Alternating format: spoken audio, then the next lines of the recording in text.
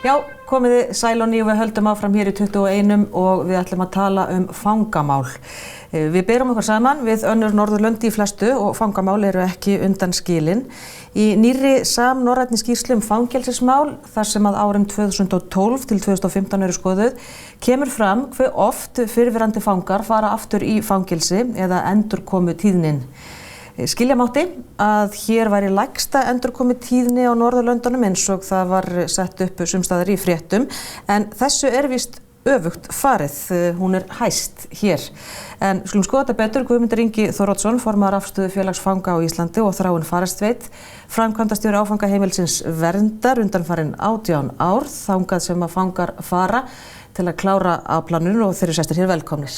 Já, takk. Svo Guðmundur, hvernig má þetta vera? Er ekki verið að lesa rétt í tölurnar? Nei, við höfum yfirleitt verið að gagnrýna hvernig þessar tölur eru bornar fram og hvernig þeir reikna út tölurnar. Til dæmis í dag er reiknað, það tekið 2 ára tímabil og þeir fangar, þeir einstaklega sem koma inn aftur í fangelsi innan þessar 2 ára, þeir teljast vera að koma inn í annað skipti eða þriðja. Endurkomu fangar? Já, en þeir sem eru með lengri tími með það, að þeir eru raun og veru alltaf að koma inn í fyrsta skipti. Og við náttúrulega höfum tekið eftir því að við erum að sjá kannski 7 af 10 föngum hafa verið áður og þá finnst okkur þessar tölur ekki passa og við höfum verið að svona reyna að fá Fangelsismálastofnun til að reikna þetta út rétt eða það er bara spurning hvernig rétt er reiknað og við höfum oft spurt hver er endurkomutíðnin í dag og hvernig var hún í fyrra og þá fáum við yfirleitt þær tölur, já, ég meina það eru örugglega 50% sem hafa verið áður. Já. Ólöf Nordal, fyrrverandi dómsmálaráðherra, hefur sagt á þingi, eða sagði á þingi að annað hver fangi kæmi inn aftur og þetta staðfesta svona rannsóknir nema í háskólunum einnig, sem að styðjast við gögn frá Fangelsismálastofnun. Já, þetta eru miklu hærri tölur heldur en annars staðar á Norðurlöndunum og þá kannski er frekar eðlilegra mið á Íslandi við kannski, ef viðkomandi kemur aftur eftir 3 ár, eitthvað svoleiðis, að kerfið okkar er öðruvísi. Já, við erum náttúrulega, að vissu leyti er náttúrulega ekki hægt að bera þetta saman. Nei. Við erum með allt öðruvísi kerfi heldur en er annars staðar, bæði í dómskerfinu, fangar eða einstaklingar bíða oft miklu lengur eftir dómum og þeir safna upp í brotum og eru því að koma kannski inn eftir þessar 2 ár. Bara með pakka? Já, svo erum við með svokallaða biðlista í fangelsi, þannig að það getur líka tekið tíma að fara inn í fangelsi, þannig að það er svolítið erfitt að reikna þessar tölur, sko. Já, sko í ársskýrslu Fangelsismálastofnunar eru athyglisverðar tölur endurkomutíðnina og þannig talaði alveg 7 ára tímabil frá 2009 til 2016 og það eru þá nýjustu tölurnar. Sko fyrsta árið 2009 fóru 40% aftur inn, 2011 fer tala niður í 29% og svo fer hún bara eiginlega stigvaxandi og endar í 46,4 eða tæpum helmingi, þannig að sko Þráinn, á Vernd koma fangarnir. Svo hittur þessa menn kannski aftur. Þeir koma þangað til að klára afplánun, en sko hvað haldið þið að valdið því aðalega að þeir fari aftur inn? Það er náttúrulega alltaf slæmt að fá menn aftur inn í fangelsi og það væri náttúrulega best ef enginn kæmi aftur, en þetta er flókið.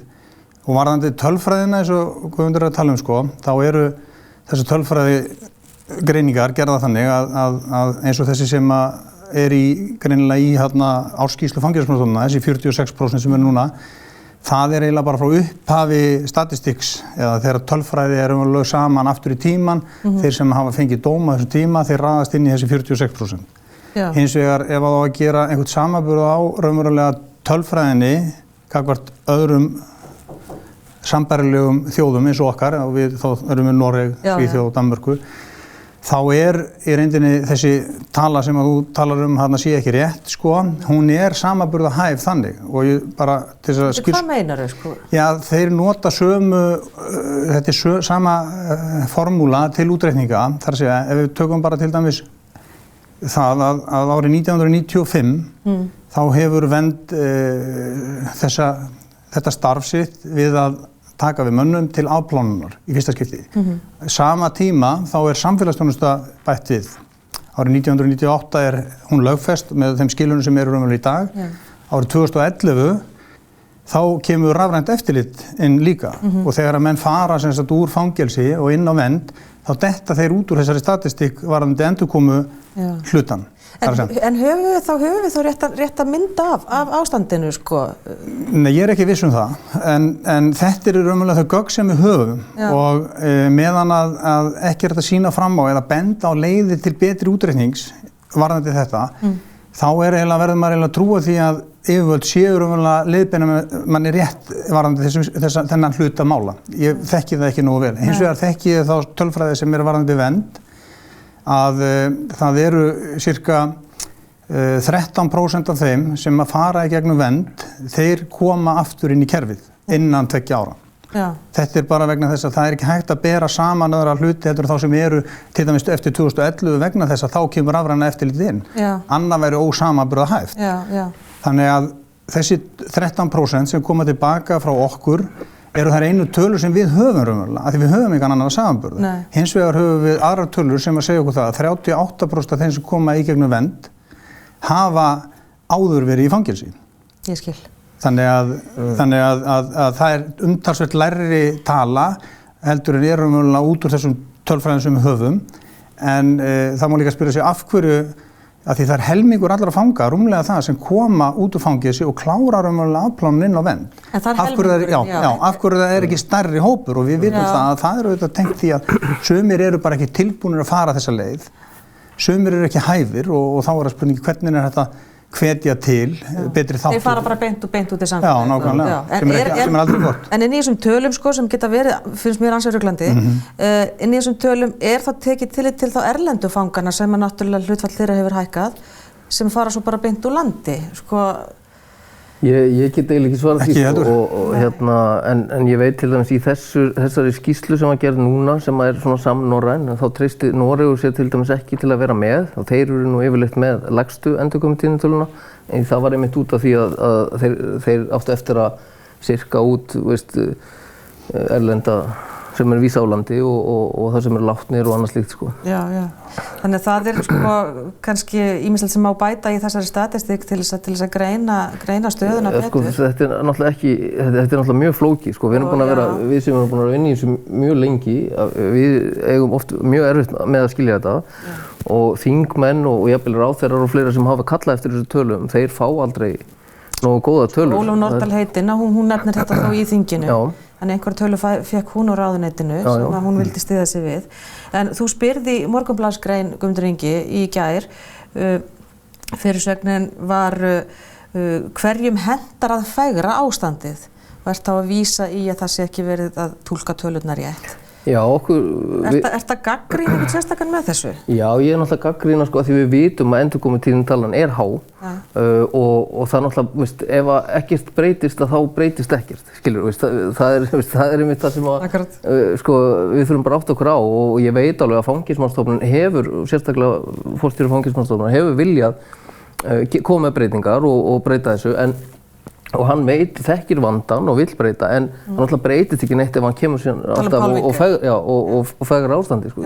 Það er ekki að virka. En talar hann óvarlega um þetta? Nei, hann er svona, ég held að hann farið frekar varlega í að ræða þessa skýrslu, sko, því að hann veit að ástandi er öðruvísi, tel ég, sko. En við viljum hafa lægri endurkomutíðni, ég held að við getum öll verið samlega um það. Já, við náttúrulega vitum að þessi fara í þrepaskipt sérstætt út í frelsið aftur, eins og til dæmis bara í opið fangelsi og áfangaheimili og öglaband. Þeir eru síðri að koma aftur inn og þarna vantar okkur bara fleiri úrræði, sko. Okkur vantar... Eins og hvað? Já, ég meina, við þurfum einhvern veginn að gera þetta eins og meðferðir og annað slíkt. Það vantar sárlega meðferðir fyrir fanga og að fleiri komist í opin úrræði og síðan vantar dómskerfinu líka einhver úrræði, skilur. Það þurfi ekkert allir að fara í fangelsi í raun og veru. En það er náttúrulega miklu fleiri sem fara í samfélagsþjónustu í dag, er það ekki? Jú, það er. Jú. Og það hlýtur að hafa þá áhrif og þá er biðlistinn styttri og það hlýtur að vera jákvætt. Jú, en vandinn auðvitað undanfarinn ár hefur verið þetta, sko, að það fangarýmum fækkaði gríðarlega með lokun fangelsa og þannig að þá safnaðist upp biðlisti og af biðlistanum voru þetta teknir þeir einstaklingar sem voru með alvarlegustu brotin og var raunverulega nauðsynlegt að koma inn á þessum tíma og þannig að það enn á aftur skekkir auðvitað þær tölur sem hægt var að toga út úr þessu kerfi sko. Og líka þetta sko, óskilorðsbundin refsing til 12 mánaða leiðir til samfélagsþjónustu. Hér fyrir nokkrum árum þátti 1 árs fangelsi vera bara nokkuð þungur dómur sko. Og þá er líka spurningi sko, hvað eru margir af þeim í endurkomu eða í endurteknum dómum, og þá er spurningi sko, er ekki dómaframkvæmd kannski besti lesturinn í því hvað eru margir sem hljóta óskilorðsbundna dóma, sem hugsanlega getur sagt okkur meira það hvað eru margir sem hljóta dóma, en til dæmis fyrning eða frestun og allt þetta segir okkur ekki alveg nákvæmlega hvernig, en þessi 2 ára tímabila rannsókn, hún auðvitað bara frá janúar til desember og maður sem til dæmis kemur inn á vernd í nóvember, hann ekki lengur inn á þessum lista þegar það kemur að því að það á að gera rannsókn eftir nóvember. Þannig að það er svona alls konar hlutir og rafræna eftirlitunum enga líka. Maður einhvern veginn sá fyrir sig að það væri nú bara að taka kennitölur og keyra þetta svona einhvern veginn saman, en það virðist ekki vera. En þegar sko Hólmsheiði opnaði, og það nú eiginlega bara upp á dag núna, þegar það fangelsi opnaði, þá voru sko á boðunarlista 500 manns. Já, ég veit ekki... Þetta var í frétt í Morgunblaðinu og ég las þetta í verndartímaritinu og 6 ára bíð eftir afplánun. Dregur þetta í efa? Já, ég persónulega geri það sko. Ég veit ekki alveg ég dreg ekki í efa, það er biðlisti, en hvernig hann kom til, ég veit ekki. Ég held að flestir sem á þessum lista séu í samfélagsþjónustu eða einhverju slíku sem geta farið í slíku úrræði. Þá enn og aftur erum við kannski ekki að tala alveg um sama hlutin. Nei, svo er náttúrulega spurning sko, ég meina þessi biðlistar sko, það var náttúrulega verið að þrýsta á Hólmsheiðina og það er náttúrulega spurning hvort að það hefði hendað að koma með biðlista, ég veit það ekki. Hefur þú eitthvað tekið eftir þráinn, sko nú er þetta bara 1 ár síðan að Hólmsheiði opnaði og fyrst var það Kvennaálman, en hefur þú tekið eftir því að mönnum líði eitthvað betur þar? Það átti að vera betri aðbúnaður. Já, það er sko aðstæðan eru öll mikið betri. Það er hins vegar þannig í fangelsunum núna að hópurinn sem ég sagði áðan, hópurinn sem inn í fangelsunum í dag, hann mun erfiðari heldur en hann var bara fyrir örfáum árum síðan. Er það dópið?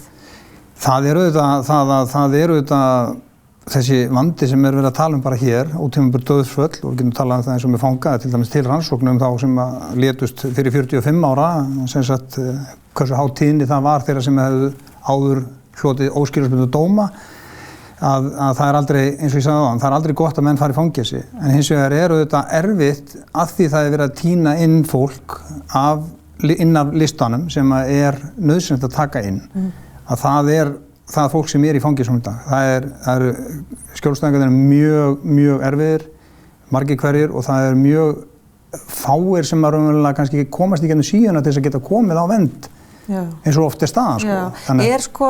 Eru veikustu einstaklingarnir þá teknir fram fyrir líka þeir sem eru sko fíkniveikastir? Það er bæði alvarleiki brotana og bara staða þeirra sem að hluta eiga að máli, og til dæmis eins og konur, þar er staðan mjög slæm.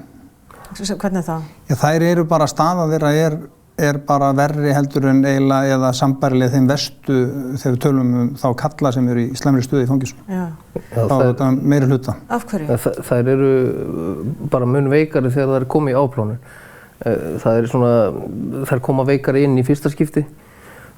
Ég hef nú kallað það bara að það sé verið að gera þeim einhvers konar greiða í dómskerfinu, þær fara seinna inn. Kannski út af börnum og eitthvað svoleiðis? Já, bara, já, til dæmis, og þær eru því lengur að einhvern veginn að skemma sig, koma mun verri ástandi inn í afplánun, og svo þegar þær eru loksins komar inn, og þá eru þær yfirleitt að koma inn oftar og oftar.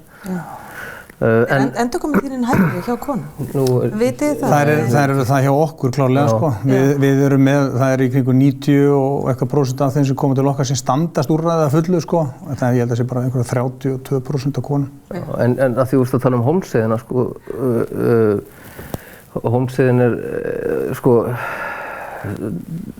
og það vantaði vissulega aðstöðu í Reykjavík fyrir fangelsi og betri aðstöðu fyrir fanga, en ég persónulega held að þetta sé svona eitt mesta slys sem hefur verið gert. Þetta er illa hannað, Hvernig? Þetta undir mannað, það ekki hægt að reka þetta, það bara ekki til peningu fyrir því. Það til dæmis, það ekki hægt að bæta við, það engin skóla, aðstæða fyrir verknám, það erfiða vinnuaðstæður. Þetta óbóðslega stofnanalegt allt þarna. Dagurinn líður, við getum ímyndar í blokk og bíða eftir lyftu. Allur dagurinn þannig. Eins og ég sé bara standið fram lyftu og bíði. Já, þetta í raun og veru hræðilegt fangilsi, þó að aðstæðan sé mjög fín, sko. En þarna erum við aftur á móti komin inn á að aðstæðan skiptir auðvitað máli, en hún skiptir samt minna máli heldur en innihald fangavistar. Sko, þú ert að tala náttúrulega námið og að geta unnið, ekki satt? Jú, og bara verknám og starfsþjálfun, þetta það sem skiptir langmestu máli. Þetta ein leiðin til þess að fækka endurkomum? Já, alveg klárlega. Það til alls konar rannsóknir sem benda til þess og sérstaklega í námi að það hafi mikil áhrif. Já. Og allt verknám og allt hafi eitthvað við að vera skiptir mjög miklu máli í öllu svona.